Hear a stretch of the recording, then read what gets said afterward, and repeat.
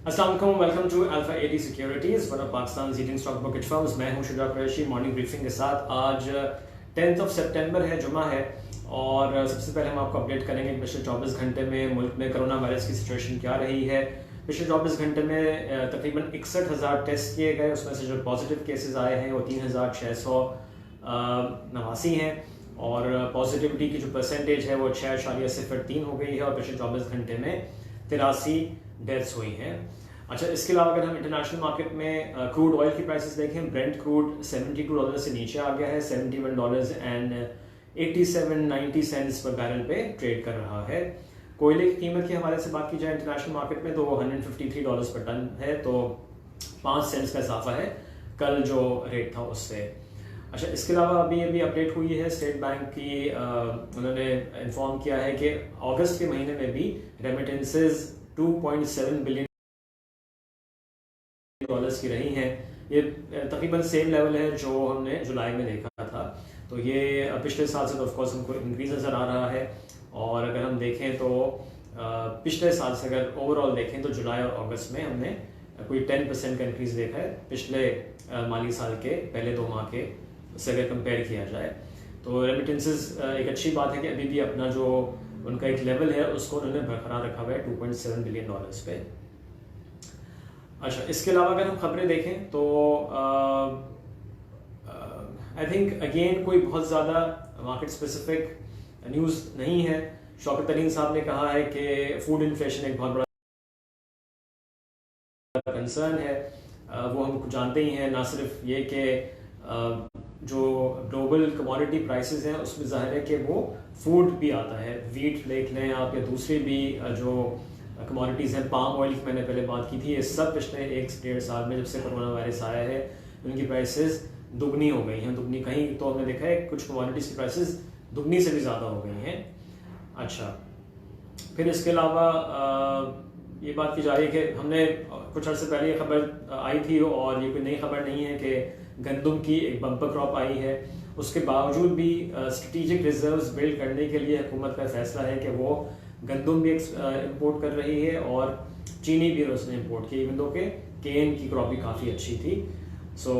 लेकिन strategic reserves के लिए बिल्डअप किया जा रहा है ताकि प्राइसेस जो हैं वो स्टेबलाइज रहें। अच्छा, इसके अलावा हम ये जहाँ मैं कमोडिटीज़ की बात कर रहा हूँ तो दूसरी कमोडिटीज़ लाइक स्टील की कीमतें भी इंटरनेशनल मार्केट में बहुत बढ़ गई हैं। जो स्क्रैप आता है जिससे फिर मज़ीद लोहे की मुख्तलिफ मसूआत बनाई जाती हैं वो भी महंगी हो गई हैं। तो अब गवर्नमेंट कोशिश करे, बिकॉज गवर्नमेंट का एक ये जो हाउसिंग का प्रोजेक्ट था फिर वो सफ़र करता है, बिकॉज सीमेंट भी महंगा हो रहा है, स्टील भी महंगी हो रही है। और पिछले सिर्फ एक आपको मैं बता दूं कि पिछले 1 साल में प्राइसेस यहाँ भी तकरीबन डबल हो गई हैं। मैं लोकल प्राइसेस बात कर रहा हूँ कि अगर हम सरिये की बात करें 90,000 रुपये टन जो था वो अब इस वक्त 1,70,000 से भी ज़्यादा जो है उसकी कीमत चली गई है। तो बहुत इजाफा हुआ है। तो अब हुकूमत एक अभी सोच रही है, अभी बातचीत जारी है कि कैसे वो कुछ ड्यूटीज़ वगैरह कम करके जो है वो स्टील की कीमतों में कमी कर सके। तो अभी कोई इस पर फैसला नहीं आया लेकिन इस पर बात जारी है। अच्छा, जो हमने कल भी खबर आई थी कि जी जो पिछले साल पेट्रोल की शॉर्टेज हुई थी जून में, तो गवर्नमेंट ने फैसला किया कि वो ऑडिट कराएगी तमाम कंपनीज के। पिछले तकरीबन 1.25 साल हो गया कि मसला चल रहा है और OMCs ने कहा है कि जी इस किस्म के जो ऑडिट्स हैं जो इतने सालों तक चल रहे हों या कई महीने तक चल रहे हों तो फिर ये नई इन्वेस्टमेंट को हार्म करता है। सो लेट्स सी इस पर गवर्नमेंट क्या मज़ीद एक्शन लेती है। अच्छा, कल हमने ये देखा था कि PSO की एक कॉर्पोरेट ब्रीफिंग हुई है और उसमें मैं सिर्फ जो इम्पोर्टेंट बात बताऊं कि वो अपनी स्टोरेज कैपेसिटी भी बढ़ा रहे हैं, बट रिफाइनिंग पॉलिसी के वाले से उन्होंने कहा कि अगले 1-2 हफ्ते में पॉलिसी आ जाएगी। उम्मीद यही है कि इसमें इंसेंटिव्स होंगे तो फिर हम जो है वो, क्योंकि पाकिस्तान रिफाइनरी के मेजॉरिटी जो शेयर होल्डिंग है वो PSO के पास है, तो वो ज़ाहिर है उसको उनको भी अपग्रेड करना है। तो उस पर वो हैं ऑप्टिमिस्टिक हैं, लेकिन बहुत ज़्यादा डिटेल्स अभी शेयर नहीं की। उन्हें डिटेल्स जब ही होगा जब पॉलिसी फाइनलाइज होकर अप्रूव हो जाएगी गवर्नमेंट की तरफ से, फिर ज़ाहिर है कि देखा जाएगा कि किस तरह से इस पॉलिसी के तहत जो पाकिस्तान रिफाइनरी है उसकी अपग्रेडेशन होगी। तो लेकिन अगेन आई थिंक इसमें इंपॉर्टेंट बात यही है कि उन्होंने भी ये कहा ऑप्टिमिस्टिक है कि अगले 1-2 हफ्ते तक रिफाइनिंग पॉलिसी, आज ये ऑलरेडी डिले हो गया है बिकॉज अगस्त के एंड तक एक्सपेक्टेड था कि जी अप्रूवल हो जाएगा, लेकिन वी नो कि वो कैबिनेट कमेटी ऑन एनर्जी के पास गई थी, वहाँ से फिर वापस भेजा गया था कि इसमें कुछ मजीद चेंजेस के लिए।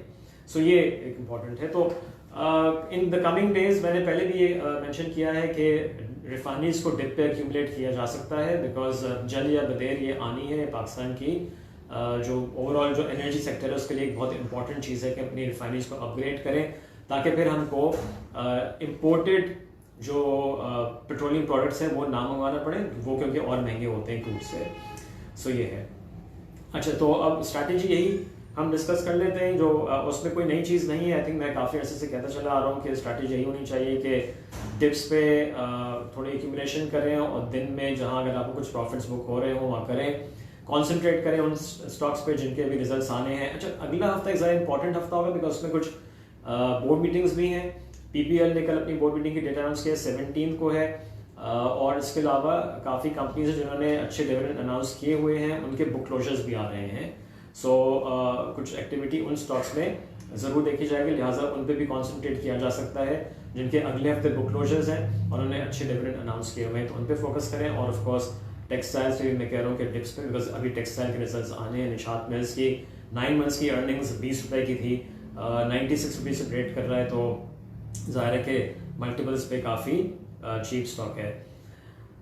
But again at the same time profit ज़रूर बुक करने हैं जहाँ भी आपको नज़र आए। सो फिलहाल के लिए इतना ही। आज हाईटेक लुब्रिकेंट की बोर्ड मीटिंग है, मैंने उसमें कल मार्केट रैप में बताया था, फिर रिपीट कर दूँ कि अक्सी रिसर्च की एक्सपेक्टेशन यही है कि 6 रुपये की अर्निंग्स पर शेयर होगी कंसोलिडेटेड बेसिस पे, और 2 रुपये का फाइनल कैश डिविडेंड भी, जो कि इनकी बोर्ड मीटिंग शाम 4:30 बजे है, लिहाजा ये रिजल्ट अनाउंस होगा मंडे को सुबह में। बाकी इसके अलावा आज टीपीएल प्रॉपर्टीज़ की बोर्ड मीटिंग है, लेकिन ये भी 4 बजे है। थल लिमिटेड की बोर्ड मीटिंग है, इनके भी फुल ईयर के रिजल्ट्स आएंगे, ये भी 3:30 बजे दोपहर में है। और इसके अलावा एज सच कोई इंपॉर्टेंट बोर्ड मीटिंग्स आज नहीं है। सो जुम्मा है, पहला सेशन 12 बजे ख़त्म होगा, उसके बाद 2:30 से 4:30 मार्केट चलेगी। Have a nice day. कोई और अपडेट होगी तो हम आपको ज़रूर बताएंगे। टेक केयर, अल्लाह हाफिज़।